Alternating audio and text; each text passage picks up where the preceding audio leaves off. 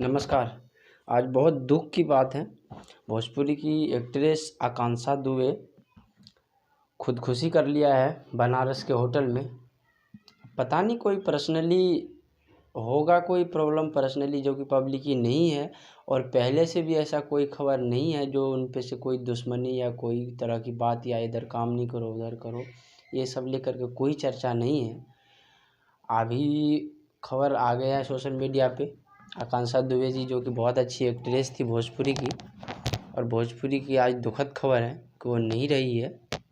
भगवान उनको आत्मा को शांति दे। बहुत अच्छी एक्ट्रेस थी वो, बहुत अच्छा डांस करती थी।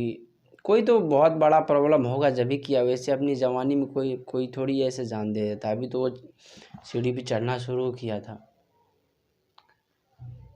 बस यही बोलने के लिए आए थे। मिलते हैं अगला वीडियो में, क्या होता है देखते हैं।